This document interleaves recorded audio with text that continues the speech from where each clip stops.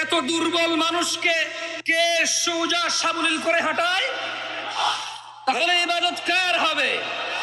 উনি সালাতে ডাকলে ঘুমায় থাকার ক্ষমতা ওনার বান্দাদের আছে। যারা ঘুমিয়ে থাকে তারা কি কৃতজ্ঞ নাকি অকৃতজ্ঞ? আল্লাহ সুবহানাহু ওয়া তাআলা কোরআনুল কারীমে বলছে, ইয়াউমা লা ইয়ানফাউ মালুন ওয়ালা বানুন, যেদিন ধন সম্পদ সন্তান সন্ততি কাজে আসবে না, ইল্লা মান আতাল্লাহা বিকলবিন সালিম, সেদিন শুধু উপকৃত হবে বিশুদ্ধ অন্তঃকরণ নিয়ে যে আল্লাহর কাছে যাবে।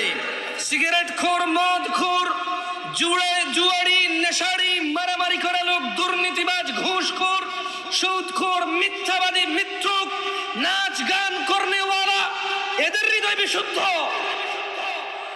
নাকি 5 ওয়াক্ত সালাত আদায়কারী সদা সত্যবাদী আল্লাহ ভীরু এদের হৃদয় বিশুদ্ধ? কার?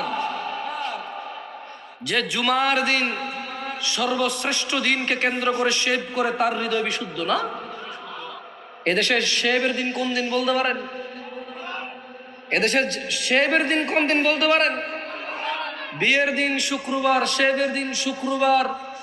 এই দেশে সিনেমা নাটক রিলিজ হয় কোন দিনে বলতে পারেন? কেন? সবার বন্ধ সময় আছে সিনেমা দেখবে, এই জন্য শুক্রবারে সিনেমা নাটক বের হয় এদেশে। রমাদানের পর ঈদ আসে, ইবাদাহ, কুরবানি আসে, ইবাদাহ।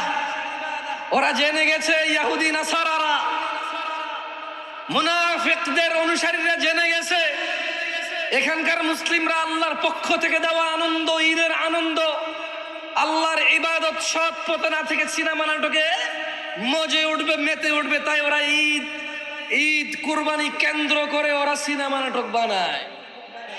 ওরা জানে সবার ছুটি, চাকরি নেই, বাকরি নেই, বেতন আছে।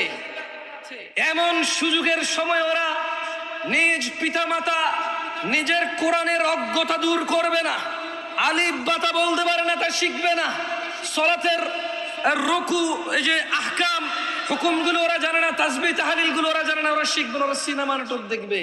মুনাফিকদের অনুসারীরা জেনে গেছে যে আমরা নামে মুসলমান, সময় পেলেই সিনেমা দেখবো, সময় পেলেই নাটক দেখবো। এই জন্য ওরা জানে কখন আমাদের বন্ধ, সে অনুযায়ী সিনেমা নাটক ওরা করে। এ হচ্ছে আমাদের ইমেজ মুনাফিকদের অনুসারীদের, শয়তানদের অনুসারীদের কাছে। ওরা জেনে গেছে আমরা কখন শেভ করি, ওরা জেনে গেছে আমরা কখন সিনেমা নাটক দেখি, সে অনুযায়ী ওরা আমাদের জন্য বানায়। আল্লাহ বলছেন, ইয়াউমা লা ইয়ানফাউ মালুন ওয়ালা বানুন, ও 5 সন্তানের পিতা, ও জজ ব্যারিস্টারের পিতা, ও এমপি মন্ত্রীর পিতা, ও ব্যবসায়ী ধনাঢ্য ধন সম্পদশালীর পিতা, ইয়াউমা লা ইয়ানফা, সেদিন কোন কাজে আসবে না, মালুন ওয়ালা বানুন, সম্পদ এবং সন্তান, ইল্লা মান আতাল্লাহা বিকলবিন সালিম, সেদিন শুধু উপকৃত হবে যে আল্লাহর কাছে একটা বিশুদ্ধ সুন্দর